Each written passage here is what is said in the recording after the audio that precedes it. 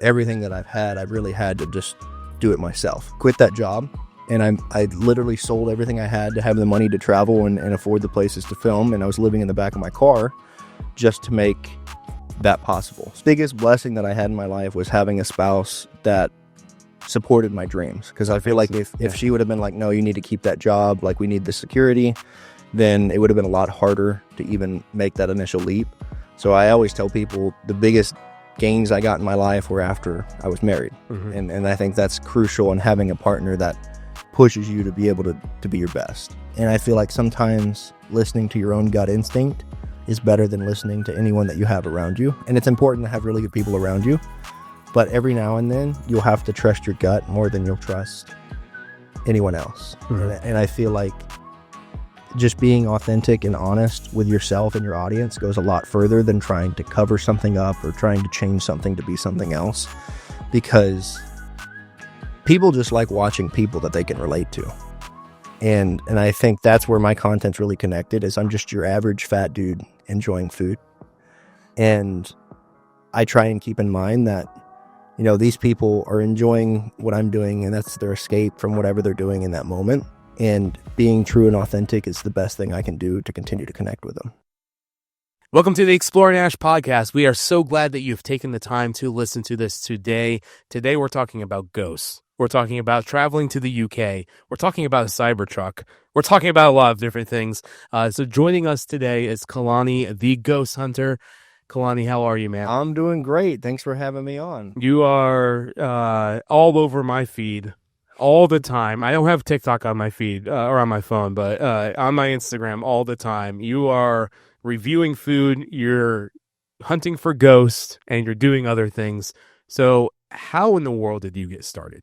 Yeah, so I think the starting of this journey is more interesting than where we're at now, in my opinion. But because it's interesting, because we met about 7 or 8 years ago, and at that time you were working for the state of Tennessee. Yep. On top of Capitol Hill. Yep. And from then you got into weightlifting content, I think. Yep. And then you started doing ghost hunting, and then all of a sudden you're at like 4 million followers, and I was like, whoa, that's an incredible journey. So let's go ahead. Yeah, so when I worked at Capitol Hill, I was making $15 an hour and literally just struggling through life, trying to figure out what I was going to do. And that was like a kind of like a transition period for me. And I wasn't happy, I guess, is where I'll start. It's like that job takes something out of you. I don't know what it is, but it's like every day you go to work with a smile on your face and you don't know why you're smiling. And I wanted to change a pace. So it all kind of started. I was already doing like helping out with tours for a paranormal like ghost hunting company that operates in Tennessee. And it's been an interest of mine for years. And anytime me and my wife would travel somewhere, we would try and stay in like a haunted hotel and find the haunted room. So anyways, we're down in Texas, and my wife has the idea. She goes, why don't you make videos about ghost hunting? And I was like, okay. So we try it, and it only hit like 10,000 people. But hey, at that time, that's 10,000 eyeballs you didn't have before. That's 10,000 people, and I had no following really. Yeah. For my content was more, I was doing wedding videography. So like when COVID happened, all the businesses that I had set up to that point just toppled, because it was like e-commerce flipping items, and I had a bunch of stuff that I was holding. Were you doing like vintage like flips? Or? No, it was more like Amazon. Like I'd buy something. This is a poor example, but I go to Walmart, find something in the clearance section, flip it on Amazon for the price it's actually worth. But you do that with enough volume, then, you know, it makes pretty decent money. But I literally took all my money and invested it right before COVID hit. And then I was stuck with all the inventory because I couldn't send it into Amazon for months because of COVID. And it ruined me financially. Like between that and school debt, like I was just buried. And what did you go to school to study? I have a bachelor's in criminal justice with a concentration in Homeland Security and an associate's in liberal arts. So was your goal to break down some doors and do some drug busts, or? I leaned more towards maybe doing like counter cyber terrorism. Okay. Something along those lines, but you know, it just didn't really sound appealing once you look at what the job is, just sitting in front of a computer all day. Yeah. Which I guess you should put two and two together before you do that. But I wanted to be, so I'm the first male in my family that got a college degree. Well, that's what I wanted to do. You're the first person in your family that has a college degree. First male in your family. Okay. Yeah. So my sisters both got degrees, but none of my brothers or my grandparents or anyone before that. How big of a family did you come from? Because I know I do like these Instagram videos where they're reviewing some of the food, and I'm like, I can't keep count. Yeah, I've got 4 siblings, and they all got a bunch of kids. Okay, and that's just like my immediate family, and that's not even including the extended stuff. But I have a pretty big family, and you know, my grandfather was like a mechanic. He's a diesel mechanic that was in the Air Force, so like he didn't get a degree. So I wanted to do that. And I did it on my dime. So like my parents were not in a position, and still not in a position, to be able to do that for me or help me with that. So everything that I've really had to just do it myself. So back to the Capitol days, that video took off. I had 10,000 and I was still working at the Capitol. And that was in the summer period where it's like not even worth having a job up there. Like you're still getting paid the same amount, but people are just sitting there. Like people are just like crocheting at work. Like that's what they're doing with. Because the lawmakers aren't in office. Yeah, they're not in office. And the only thing that you're meant to do if you're sitting in that chair is maybe answer a couple emails that you might get and maybe do like a couple award ceremonies or something. But you're just sitting there doing nothing. So I wanted to do more content. And the ghost stuff did well, and it was an interest of mine. So I decided to quit that job, and I literally sold everything I had to have the money to travel and afford the places to film. And I was living in the back of my car just to make that possible. So I was like streaming at different places every week. Were you married at this point? I was, yeah. So my wife was living with her parents, and I told her like, you know, how was that on your relationship? Honestly, like it's tough not being with the person, but when you know that their support is with you, it's a lot easier to make those leaps. Because she was the one that really kind of urged me to like, if you think it's something that you should do or want to do, then you need to do it. And I think the biggest blessing that I had in my life was having a spouse that supported my dreams. Because I feel like if she would have been like, no, you need to keep that job, like we need the security, then it would have been a lot harder to even make that initial leap. So I always tell people the biggest gains I got in my life were after I was married. And I think that's crucial in having a partner that pushes you to be able to be your best. So you started traveling around. You would pay for these places to do these ghost hunts. Yep. That was probably what, 2021? 2021, I think. Yeah, 2021. Okay. It's been so many years, but it hasn't been many years that it all feels like a blur. Yeah. But 2021, I was driving around the U.S.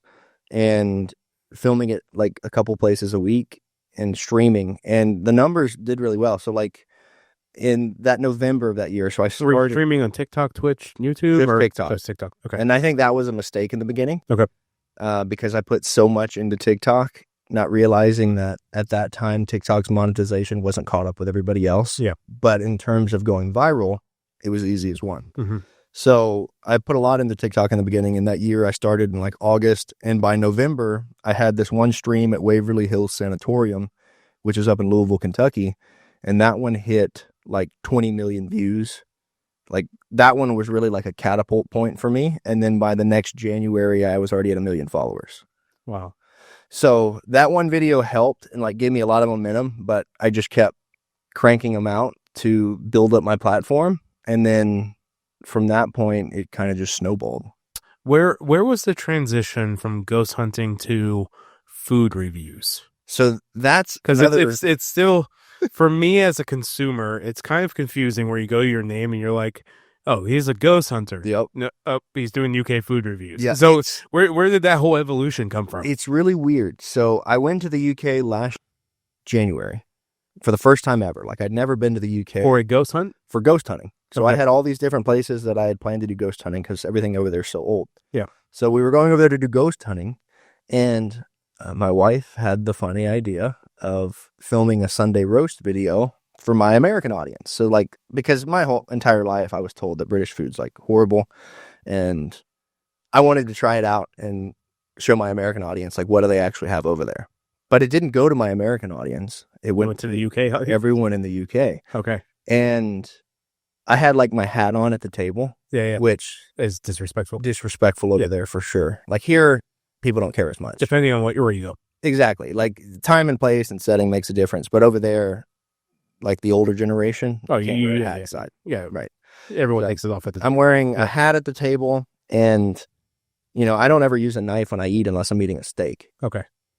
So I was over there just like stabbing like vegetables and eating them and stuff. And it was funny because that video went really viral. But half of the audience was like in support of American trying their food, and the other half was like, this guy looks like an animal eating a plate.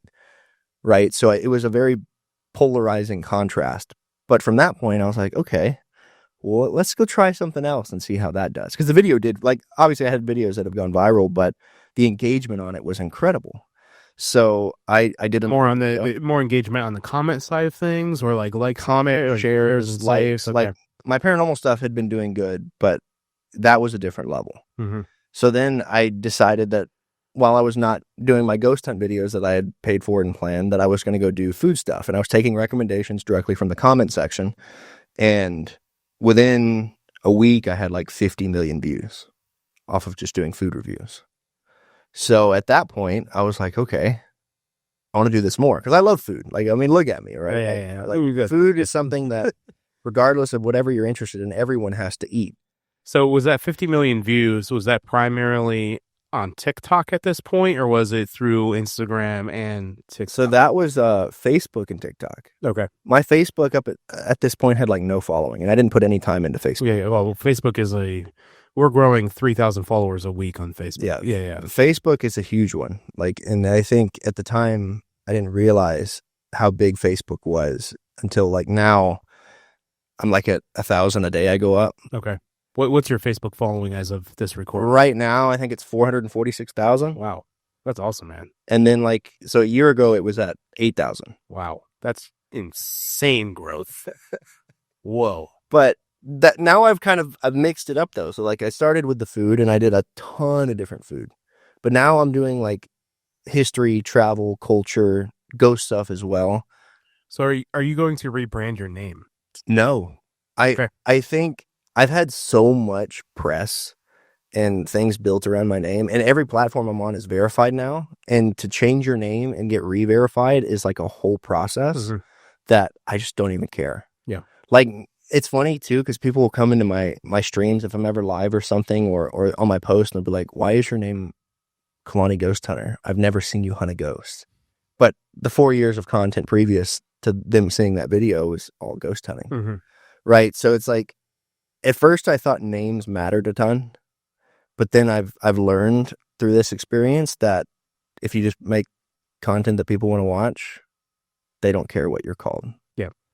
Because I used to be like, okay, I need to start a new channel for this, a new channel for that. Like, I can't be Kalani Ghost Hunter and do food.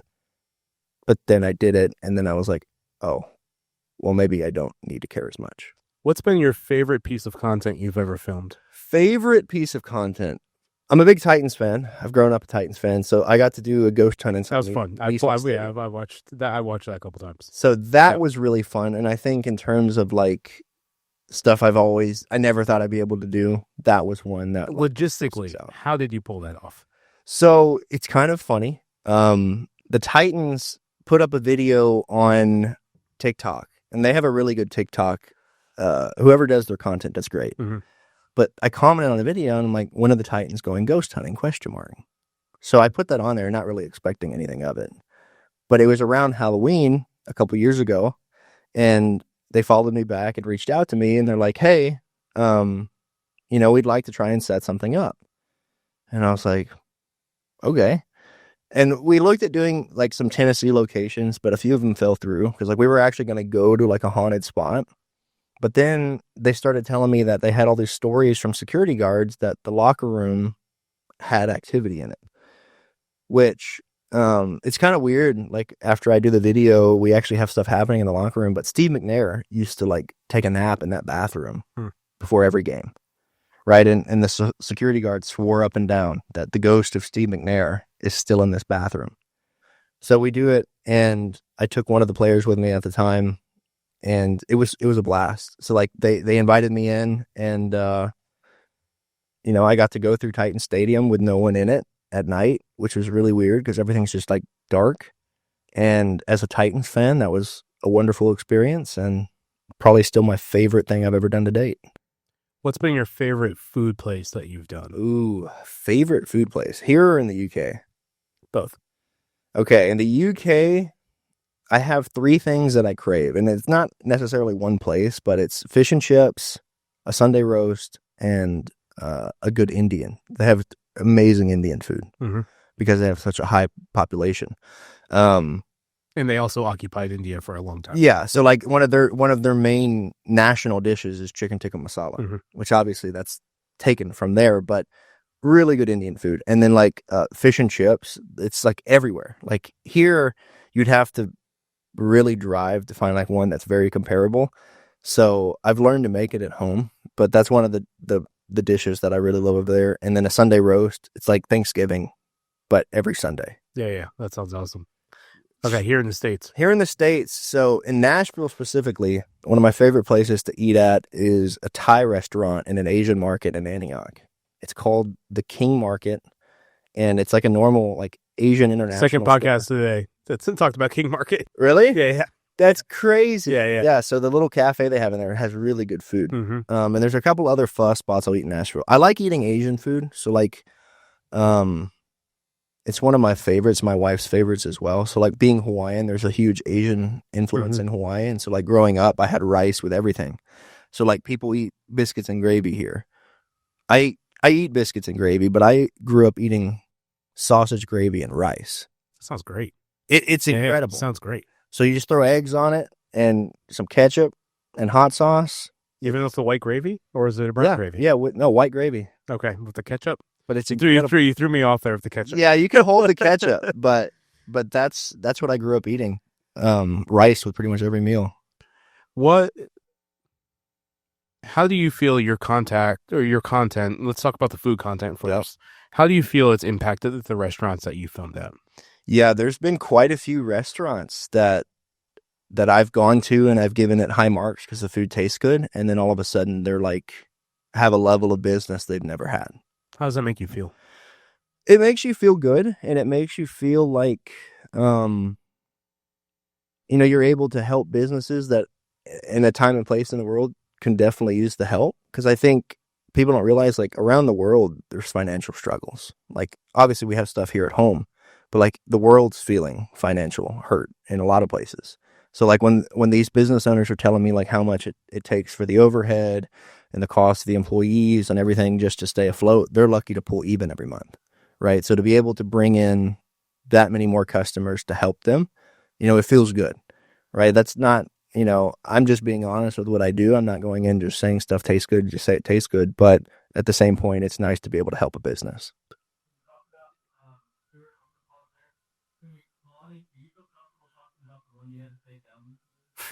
Yeah, I'll talk about it. I just have to be very careful with. Yeah, we don't say the name. Yeah. Okay, I'll bring it up. Recently on your account, there was a video that you had to take down. Yep.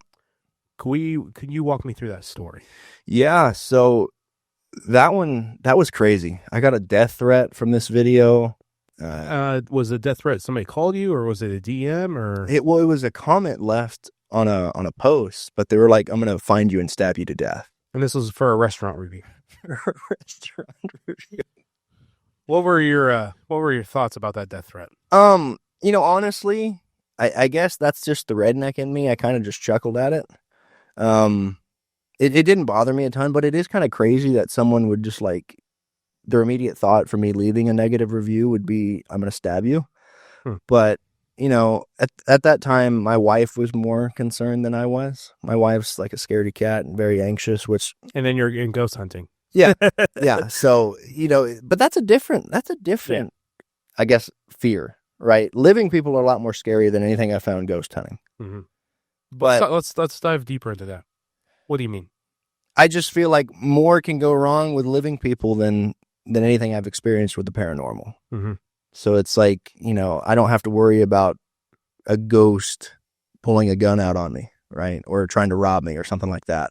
But I've been to plenty of places where someone may be under the influence of alcohol or drugs or something, and then they think I'm in their house, even though they're squatting in an abandoned building. Yep. That's pretty scary. Yeah. But the ghost stuff is more just exciting. Mm-hmm. But back to this negative food review that I had. I don't leave negative reviews often because it could destroy them, man. The same way that we talked about how much it can help a business, it can also hurt one. Mm-hmm. But there's certain times that I'll do it because, one, I do it because I want people to realize that I'm authentic in what I do and that I don't just say everywhere tastes good. Secondly, I do it like if I would feel bad if someone went and spent their money at a certain place, and back to this whole point of times are tougher right now. If someone goes to spend $70 on a restaurant and it's a horrible experience, I would feel bad that they went there because of me. Mm-hmm. So this particular place I went to, my wife found it on Google reviews. This isn't one that we like planned to go to. This isn't one that I was recommended to go to. It was just late at night, and this was one of the only places open, and they had decent reviews. So we go try it out, and the service was incredibly slow. Like 45 minutes from ordering to getting a cheeseburger, and like we didn't order anything crazy. And the price of it was really high. So like over there, obviously it's in pounds. Yeah. But the equivalent in the U.S. would have been like $22 for this burger, which is maybe a little bit less. My math might be off. Yeah. But it was really expensive, and it was like a frozen cheeseburger is what it tasted like. And I say that in my video. I said I would have been better off going to the McDonald's next door because I meant it. But instead, like I've left negative reviews before, and most of the businesses like take the criticism and they try and maybe invite you back, or they're just like, we've worked on these things. Now this place went after my ass. So the lady like comes onto my Facebook page and writes this long, like probably 8-paragraph breakdown of me eating dinner at this place. And she went through like her camera footage and marked each time that I had something to essentially try and call me a liar on saying it took so long. So I said about 45 minutes in my video, and I think it was measured out to be 42 minutes. But you use the word about. Yeah. So they're fine. Yeah. It was crazy because I'm like, wait a minute, this owner is coming after me because I said I had a bad experience. Like, but that's terrible. That's a terrible look for her too. Oh, it was actually 42 minutes, and you're like, that's what everyone said. Yeah. And that's what was crazy was like the whole town of where I was like, that place is shit. And like, I'm glad somebody came in and said it was shit. It's in a very like high tourist area. Mm-hmm. So a lot of the customers they're going to have are going to be one and dones anywhere. So they don't really care for retention as much as somewhere else would have to care. Mm-hmm. But yeah, that whole experience kind of took a turn. The lady said like her kids were being threatened. Her house was being vandalized, which I'm still up in the air if I believe it. But at the end of the day, like the only thing I could do at that point was take my video down. Yeah. Because if someone's sitting here telling me this is what's going on, it's not my place to be the judge if it actually is or not. I just took it down and then made a video saying why I took it down. Mm-hmm. So that was probably the worst experience I've ever had leaving a negative review. But I still meant everything I said in the video. And what's even crazier is like one of their local Facebook pages somehow had my video saved. Of course they did. Yeah. So I deleted mine. And somebody reposted. And they just reposted it. Yeah. And I'm like, there's nothing I can do with that. Yeah. But it definitely shows you the nasty side of social media. And it wasn't even nasty for me, but for the business. Like just the reaction that they garnered. I think if they would have just left my negative review as for what it was, maybe for a day or two, they would have had some chatter. But because of their response, it was like a 2-week-long event. What was the most fearful moment you've had ghost hunting? Fearful moment ghost hunting. I was in a farmhouse in Maysville, Kentucky. It sounds like a haunted place. It's haunted by something. I don't Maysville, Kentucky. Mouse. I just if you name your town in Mays, yeah. Yeah, but okay, Aaron, have you been to Maysville, Kentucky? Okay. Oh, okay.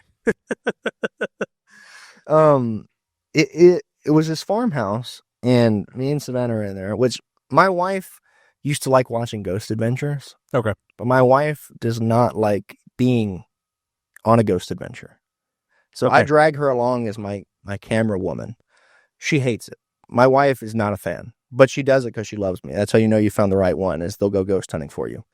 Sounds like you need a camera op.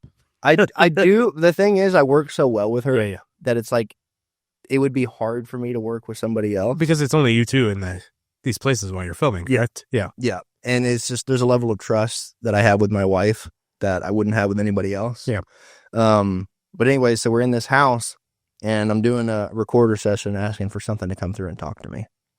And then all of a sudden I feel the floor start moving, like something's running, and I could hear it running and I could feel the wind moving. And so I jump on camera out of the way and there's nothing there. And like you see my wife holding the camera and it's got like the Blair Witch shake and she's just, and she's like terrified, which I'm even kind of spooked because I've never had that where I thought something was about to tackle me and then all of a sudden there's just nothing there. And like I had 2 different cameras set up and 2 different camera angles on it, and each one you can hear it running and you can see me jump out of the way, but there's just no. Is the floor old enough where you can see the floor like vibrate at all, or was it like more on? I didn't really look at that. Like, okay. I just meant from my perspective, like I could feel the floor moving, and I really thought that there was somebody in there about to tackle me. So you see me jump, but I was really caught off guard when there's just nothing there. It's just air. And that's probably the most real, like, in-your-face thing I've ever had. So, like, my first experience was at the Shiloh battlefield when I was in Boy Scouts. And I saw what looked like a Civil War drummer boy. And that was like my first ever paranormal experience. And I watched this drummer boy just... Was this on Shiloh during the day or night? No, so we had special access at night. It was one of the anniversaries of the battle. And we were there the same night the Confederates would have been camping out. And we were sleeping in the same field that the Confederates slept in. Yep, right before the battle. Before the battle. Mm-hmm. So I was out... Down the battle on the main entrance area, or down towards that bottom hill where the river is? I don't know positioning wise. Like, I'd have to look at a map. Okay. Because this guy's backyard, he bought it. Mm-hmm. And he was like a member of the scout organization. So like, he was like, "Do you guys want to camp out where the Confederates camped out?" I'm like, "Yes." Sounds awesome. That's like great. Yeah. I was out tipping people's tents. And all the reenactors were in town to reenact the battle the next day. So I thought it was a reenactor. And then I watched this thing just dissipate. The little drummer boys buried in that cemetery. I remember. Oh yeah, he is. Yeah. Because when we did a tour, there's a little drummer boy that's actually buried on Shiloh's property. See, you're adding a wrinkle to this that I didn't know. Yeah, I haven't been back since. Okay, well, it sounds like we need to go out to Shiloh. That would be a really cool experience. But there's also amazing food out in Shiloh. I see. That's something I don't know about. Yeah. We could talk about that all day. Aaron, what's the restaurant called? The Outpost. Yeah. The Outpost. So if you guys are going to Shiloh, make sure to go to the Outpost. It's like the southern unique restaurant that's on this like banks of this like stream and river. Like, it's a really cool place. But let's get back to your story. Yeah. So you thought it was a reenactor, but it was a ghost. Yeah, I mean, that's the only thing I can think of, because whenever you see something that has my ass, looks like a person, then it just disappears. I don't know what else you call it. So before we started rolling the camera, you said that you're a Christian, and I'm a Christian as well. Yep. I don't necessarily believe ghosts exist. I believe it's a demonic spirit that it's presenting itself. How do you feel about that topic? I mean, for me personally, like, what's interesting with mine is I've tried to, like, because I obviously have my religious beliefs, but not everyone that's into this has religious beliefs similar to me, or maybe they have a different spiritualistic practice that they do. So I've tried to, like, really not make mine as religious as I could have. Yeah, of course. But like my personal beliefs, one thing I think it does give me is like confirmation that it doesn't just stop, right? Because I know there's a lot of people out there, if you don't have faith that you're in, there's some people that think once your life here is up, that's it. And I think for me, what it does is it provides, even if it doesn't provide the clarity as to what that looks like in terms of what it's actually showing me or doing, that's where I guess faith comes in. But I think it does give me reassurance that there is something after death.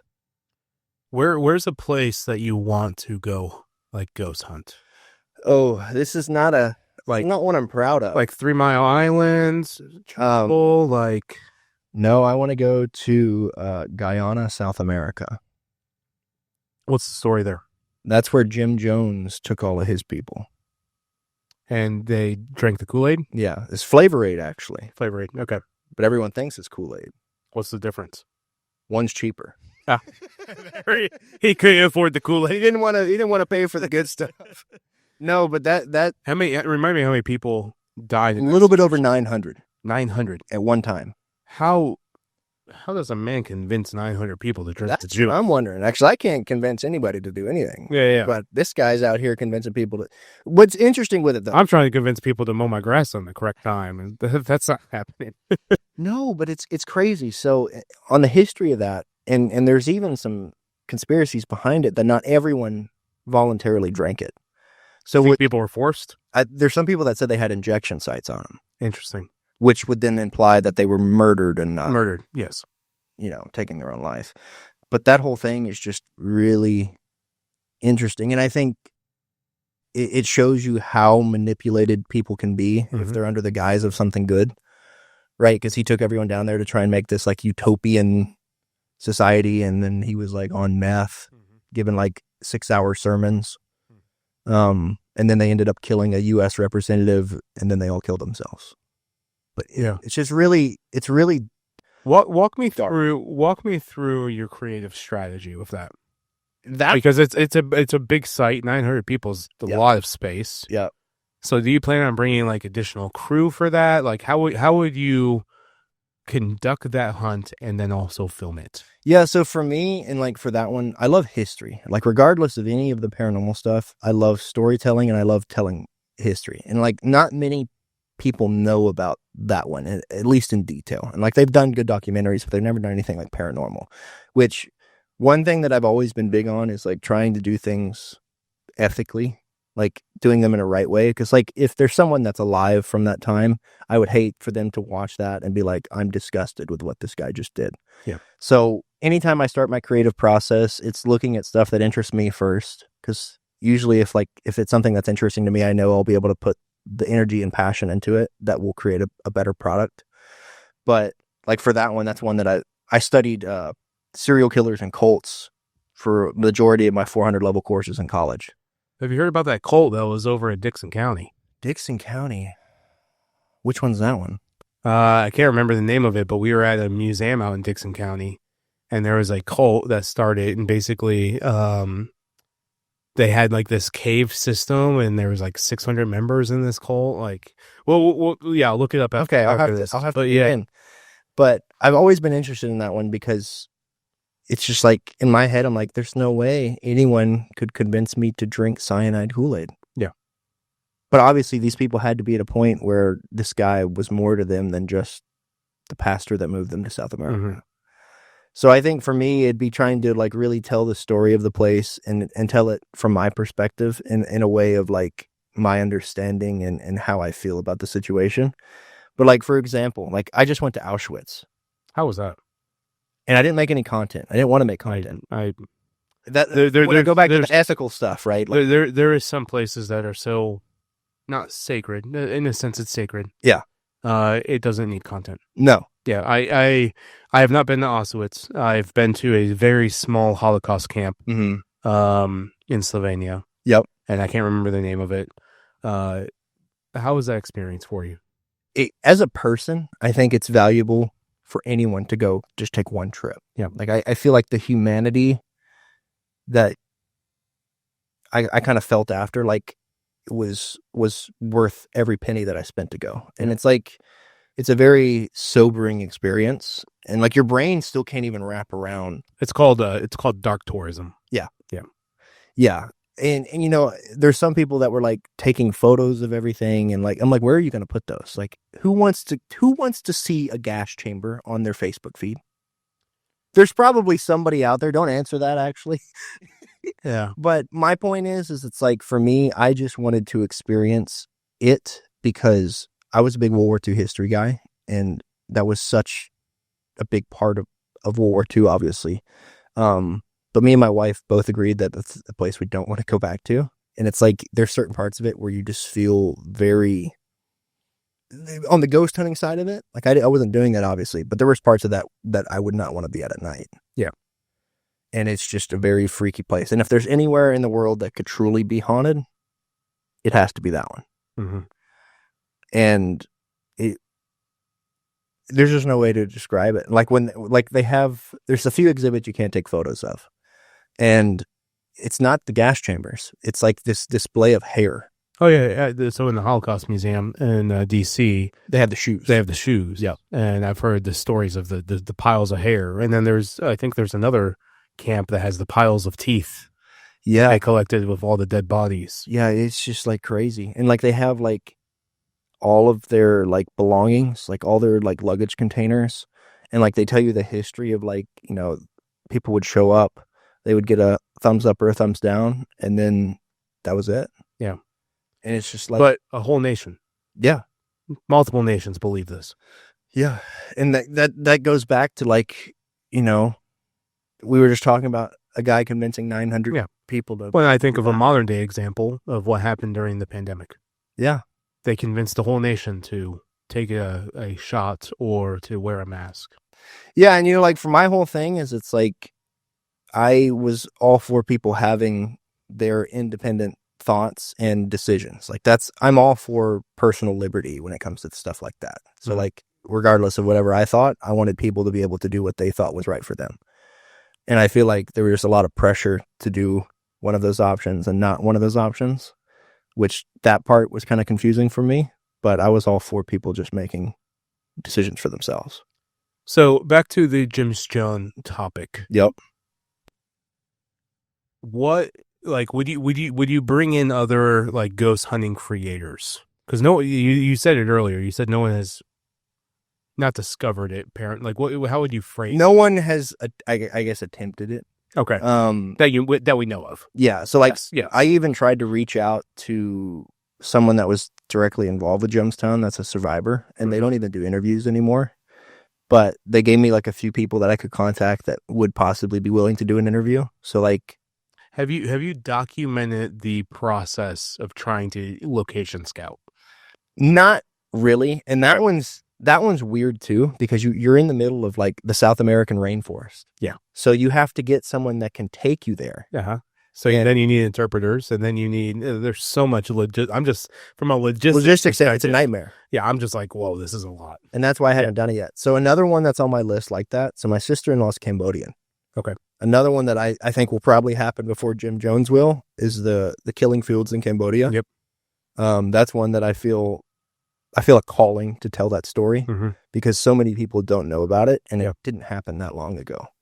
I think that's what's scary with a lot of this like crazy history is we're living it really today. Old. Yeah, we're living it today. Yeah. So people are like, oh, that happened so long ago. And you're like, well, that wasn't 30, 40 years ago. Wasn't even a full lifetime. Right. So I think that's partly what I enjoy with my platform, especially with like the history and ghost stuff, is kind of bringing awareness to things that maybe people didn't learn in school or didn't pay attention to.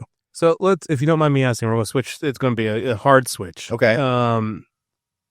Have you monetized on brand deals, or have you monetized primarily through views? Yeah, it's primarily through views. Okay. So between Facebook, Instagram, and TikTok, like last month, I think overall I had like 150 million views last month. That's amazing. Congratulations, man. So the views are paying for everything, which is great.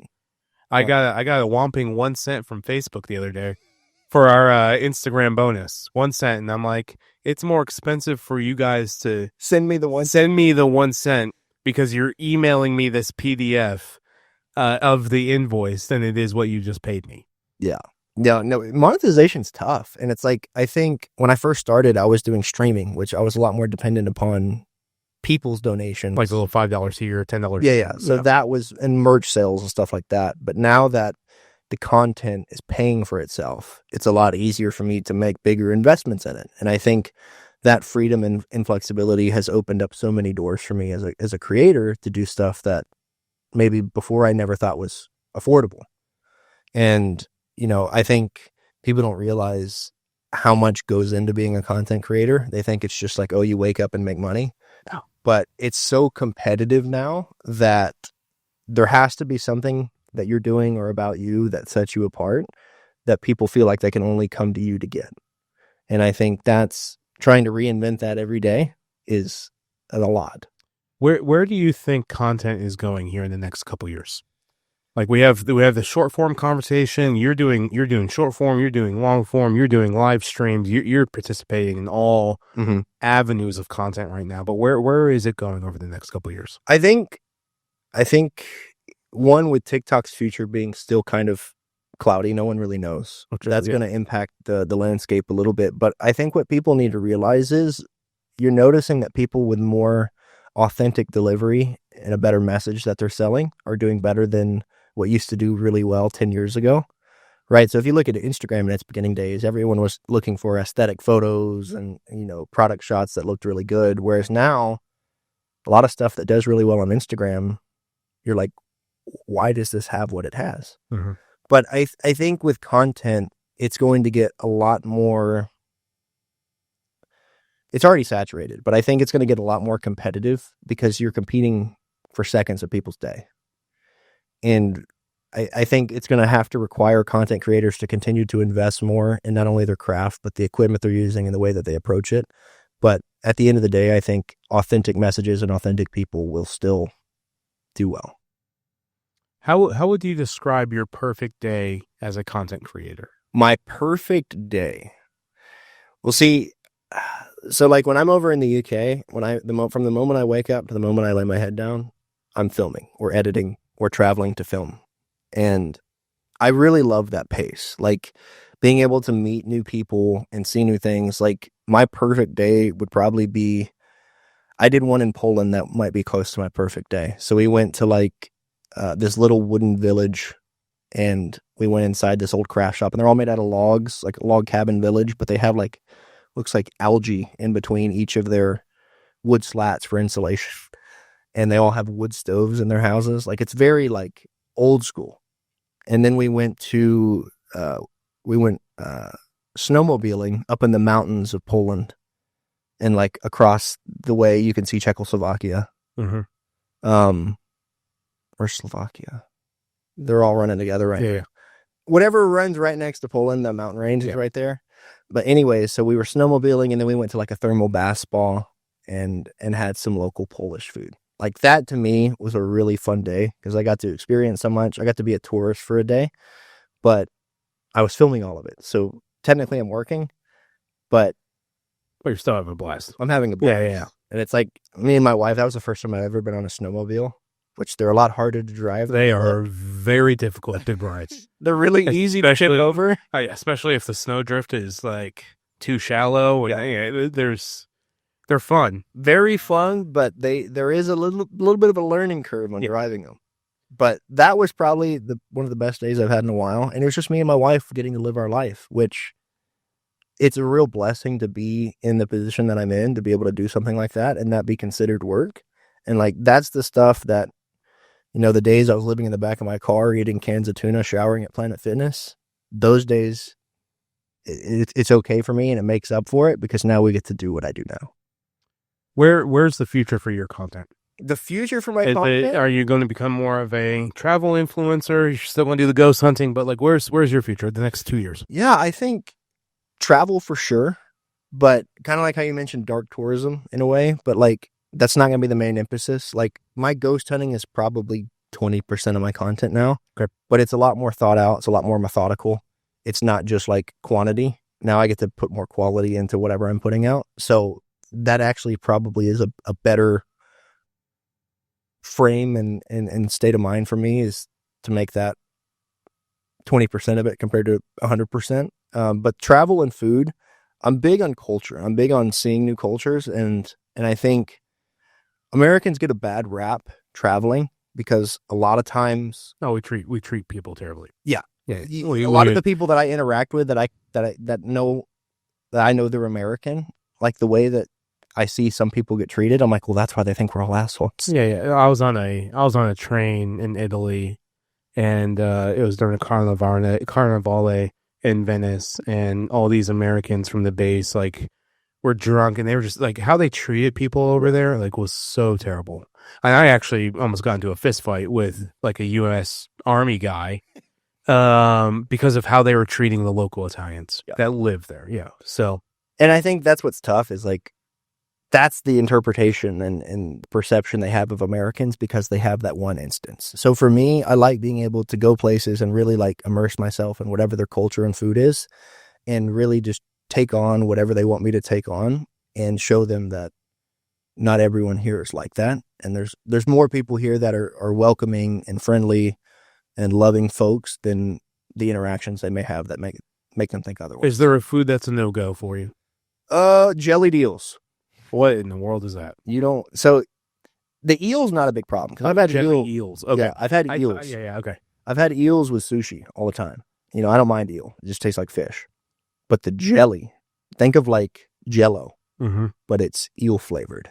And That's it's disgusting. clear. Yeah. And they serve it cold. So this is a East London thing. It's not all of the UK. Most of the UK thinks the same thing that I think about is disgusting. But if you're in East London, that's something that's been like a historical food that they've had for a long time with the river that runs right there. So they would get these eels and they would make a stew and then they would turn the stew into like a jelly and then they would eat it with the eels. I had it once and I tried it the way that everyone told me to try it, but I will not be trying it again.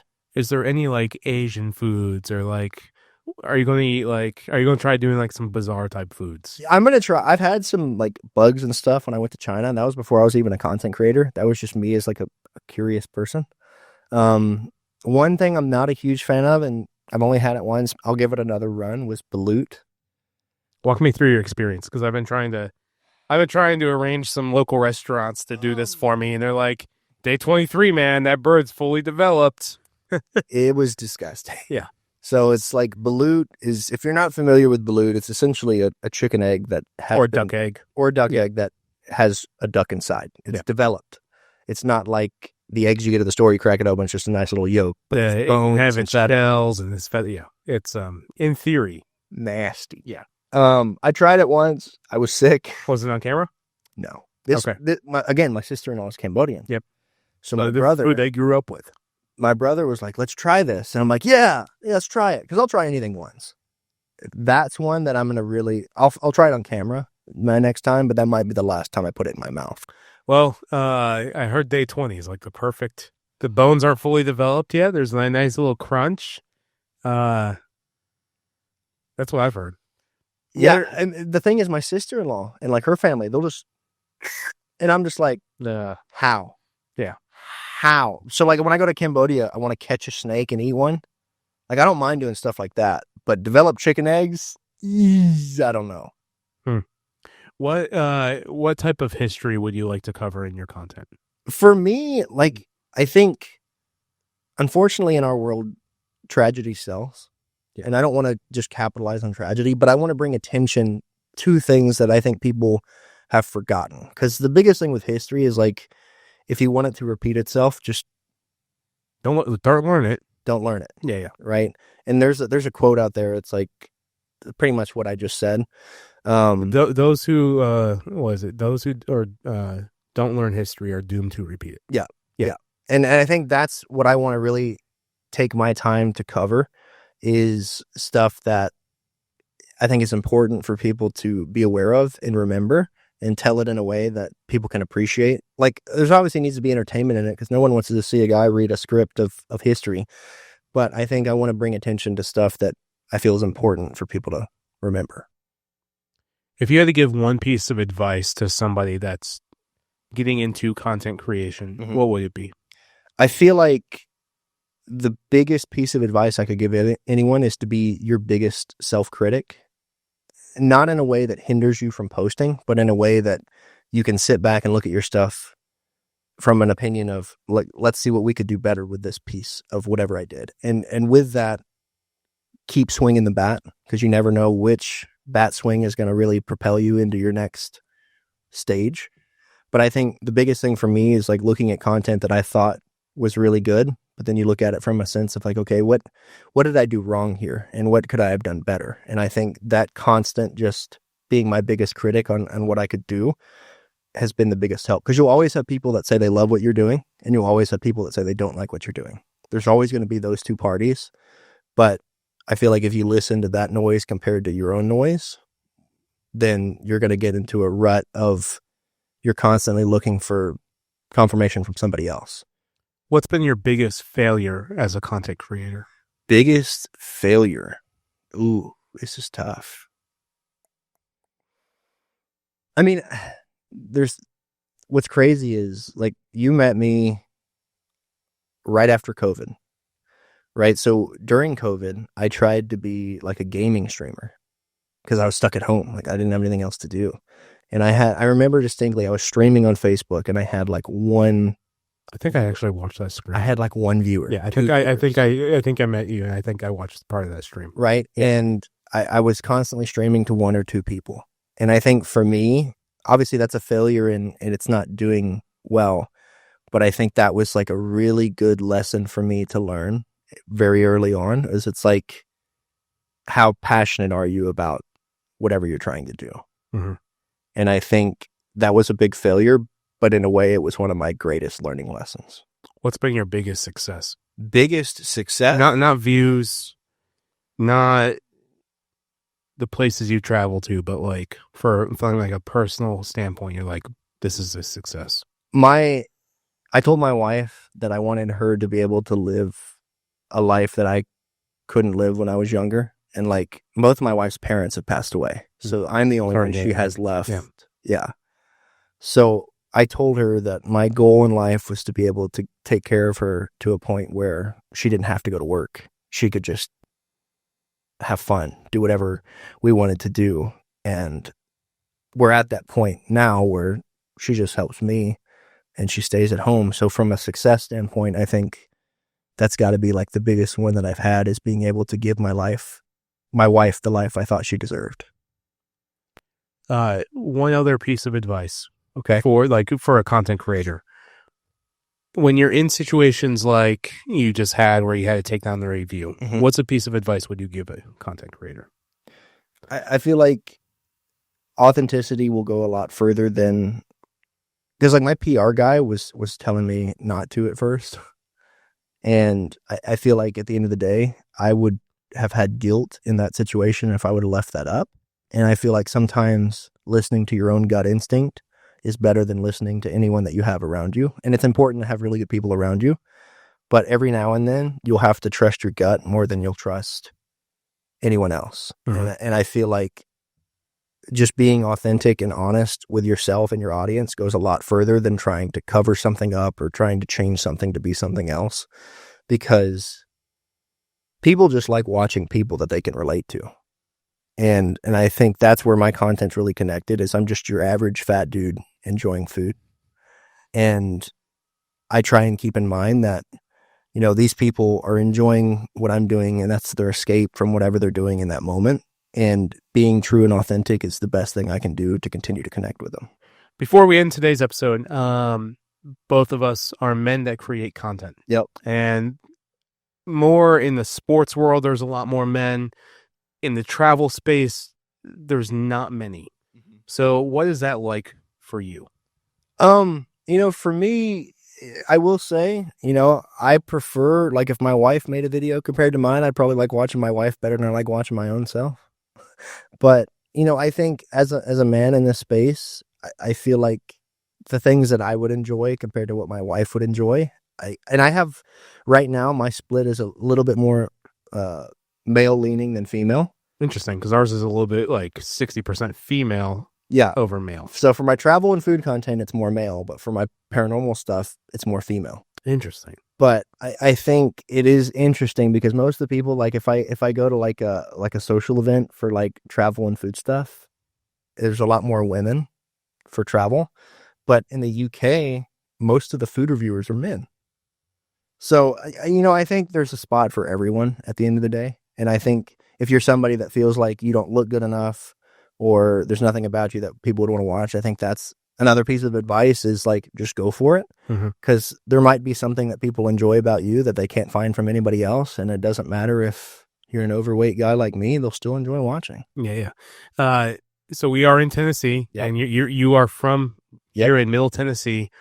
What are the places that you want to go do ghost hunting in Tennessee? Because I know you did Brushy Mountain State Penitentiary. How was that experience? Brushy Mountains are really I want to go. I want to go to Brushy Mountain so bad and film ghosts. Yeah, we can make that happen. But Brushy Mountain at night is a lot different than Brushy Mountain in the daytime. Just Brushy Mountain. I was 2 times ago when I was at Brushy Mountain.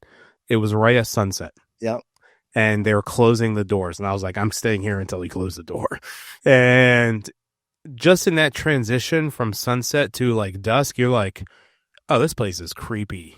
Yeah, it's a creepy spot, and we've had some weird stuff in there. Like, I remember I had this one device that had letters it could spell out, and it wrote F-U and then hat, and I was wearing my hat at the time. And I was like, that's pretty weird. Where in the...